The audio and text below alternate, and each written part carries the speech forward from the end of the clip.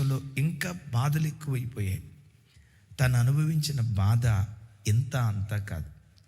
అన్ని బాధల కంటే ఓ భయంకరమైన బాధ ఏంటో తెలుసా? ఒంటరితనం.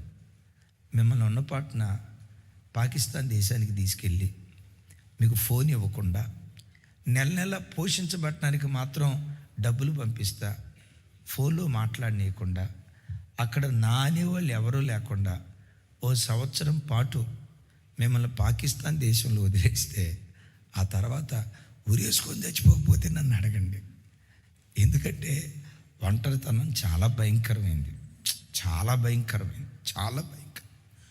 ఈ ఒంటరితనానికి తోడు అవమానాలు ఒకవైపు, చేయని నిందొక వైపు, చెరసాలు ఒకవైపు, కాళ్ళు చేతులు సంకెళ్ళతో బంధించబడి బానిస బ్రతికిన బ్రతుకు ఇంకొక వైపు. నేనంట ఓ 80 సంవత్సరాల వయసు కలిగిన పెద్ద ఆయన, అయ్యా నీ జీవితంలో ఎదురైన మేలులు కీడులు, లాభాలు నష్టాలు చెప్పంటే ఓ 80 సంవత్సరాల వయసులో ఉన్న ఆయన తన కష్టాలు చెప్తాడు, సంతోషాలు చెప్తాడు. అయితే యోసేపు వయస్సు 25 సంవత్సరాలే, కానీ ఈ 25 సంవత్సరాల్లో అనుభవించాల్సిన బాధలన్నీ అనుభవించాడు. ఏ నరుడు పడనన్ని కష్టాలు, బాధలు, ఇబ్బందులు అనుభవించాడు. చాలాసార్లు ఏమనుకుని ఉంటాడంటే, ఈ ఐగుప్తు దేశంలోంచి నేను వెళ్ళిపోతా. ఒకవేళ నాకే గనక ఈ జైల్లో నుంచి నేను బయటకు వచ్చిన మరుక్షణమే ఎక్కడ తేల్తాను అనుకుని ఉంటాడు చెప్పండి. థ్యాంక్ యూ అమ్మా. ఒకవేళ బతుకు జీవుడాని జైల్లో నుంచి నేను బయటకు వచ్చానంటే, ఈ చెరసాల్లో నుంచి నాకు విడుదల దొరికిందంటే, లేడి పిల్లలాగా పరిగెత్తి ఆరంభించిన పరుగు కనాను దేశంలో మా నాన్న ముందు ఆపుతా. సచ్చిన ఇక ఈ దేశంలో ఉండను. అన్ని బాధలు అనుభవించాడు. అయితే ఆ తర్వాత చెరసాల్లో నుంచి యోసేపును దేవుడి సింహాసనానికి ఎక్కించటం, ఆయనకి వివాహం అవటం, ప్రపంచ దేశాలకు ఆహారాన్ని పంచే ఆహార శాఖ మంత్రిగా ఆశీర్వదించబడటం, ఆయన బయలుదేరి వెళ్తూ ఉంటే ఏ వీధుల్లో అవమానపడ్డాడో అదే వీధుల్లో కుక్క కూడా తన తోక ఆడించట్లేదంట. ఏ మనిషి కూడా యోసేపు ఆజ్ఞ లేకుండా చెయ్యి పైకి ఎత్తట్లేదట, చెయ్యి కిందకి దించట్లేదట.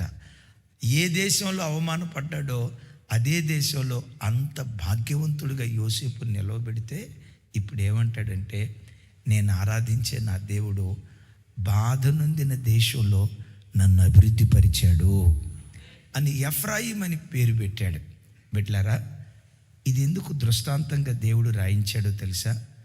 యోసేపు జీవితంలో నా దేవుడు ఏది చేశాడో నీ జీవితంలో కూడా అదే కార్యం దేవుడు చేస్తాడు. యోసేపు జీవితంలో దేవుడు ఏ కార్యం చేశాడు, ఈరోజు ఈ ఉపవాస ప్రార్థనకు వచ్చారో మీరు ఆరాధించే ఈ దేవుడు ఏ ఇంటిలో బాధలు అనుభవిస్తారో అదే ఇంటిలో అభివృద్ధి పరుస్తాడు. ఏ గ్రామంలో అవమానపరచబడతారో, ఏ గ్రామంలో బాధ నొందుతారో, బాధ నొందిన చోటే భాగ్యవంతులుగా దేవుడు మారుస్తాడు.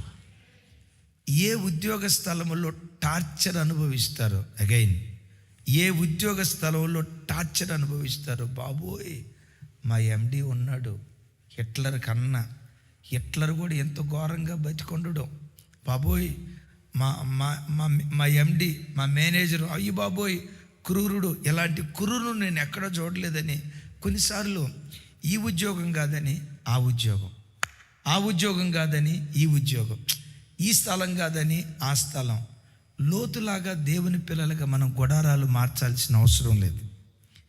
ఏ ఉద్యోగం చేస్తావో, ఏ ఉద్యోగంలో బాధలు అనుభవిస్తావో, బాధ నొందిన చోటే నిన్నంతకంతకు దేవుడు అభివృద్ధి పరుస్తాడు. ఆమెన్. ఈ దేవుడు ఎవరయ్య అంటే, బాధ నొందిన గ్రామంలోనే, బాధ నొందిన ఇంటిలోనే, బాధ నొందిన దేశంలోనే, బాధ నొందిన ఉద్యోగ స్థలంలోనే, బాధలు అనుభవించిన సంఘంలోనే మనల్ని భాగ్యవంతులుగా దేవుడు మారుస్తాడు. ఎక్కడ బాధపడిన చోటే. ఎక్కడైనా నీకు బాధ ఎదురైందంటే వెంటనే గుర్తుకు తెచ్చుకో, ఓహో ఇక్కడ బాధ ఎదురవుతుందంటే నా దేవుడు ఇదే స్థలంలో నన్ను భాగ్యవంతుడిగా మార్చబోతున్నాడు. మీకు వద్దేమో నాకు తెలియదు. నన్ను అడిగితే నేను గట్టిగా చెప్పేవాడినా. ఎక్కడ బాధ అనుభవిస్తావో బాధను అనుభవించే చోటే దేవుడు మనలను భాగ్యవంతులుగా దేవుడు మారుస్తాడు. అది ఒక పెద్ద సంస్థ. నేను ఆ పేరు చెప్పగలను, వాళ్ళ పేరు చెప్పగలను. ఇట్లాగే సేవ చేయటానికి వచ్చాడు. సేవ చేయటానికి వచ్చిన తర్వాత సేవలో ఆయనకి చాలా ఇబ్బందులు ఎదుర్కొన్నాడు. భాష అంతగా రాదు. ఆ భాష రానితనం కానీ కొన్ని పరిస్థితులను బట్టి కానీ ఆ సంస్థలో ఉన్న కొంతమంది ఆయన బాగా ఇబ్బంది పెట్టారట.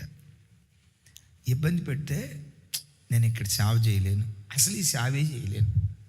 మన రాజన్న పెద్ద సాక్ష్యం చెప్పాడుగా, నేను ఈ సేవే చేయలేను, నా వల్ల కాదు, నేను వెళ్ళిపోతా అని అనుకొని ఆల్మోస్ట్ పెట్టే బేడ సర్దుకున్నాడంట.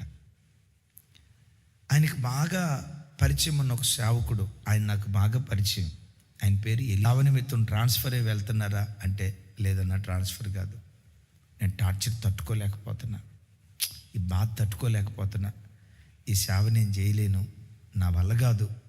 అమ్మో ఈ బాధలు మనిషి అనేవాడు తట్టుకోలేడు, నేను వెళ్ళిపోతానన్నా అని తన బాధ ఏదో తన స్నేహితుడికి చెప్పాడు. ఇదే వాక్యం గుర్తుకు తెచ్చి, నీవు సేవించే నీ దేవుడు ఎవరో తెలుసా? ఏ యేసయ్య సేవ చేయటానికి వచ్చావో ఆ యేసయ్య బాధ నొందిన చోటే మనం వృద్ధిపరిచే దేవుడు.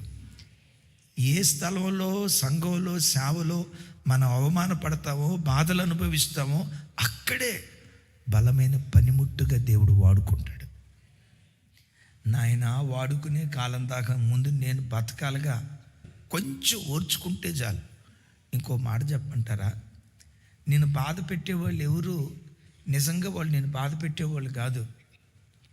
దేవుడు వాళ్ళని అనుమతించాడు, వాళ్ళు దోతలు. ఆమె ఏం చెప్పండి.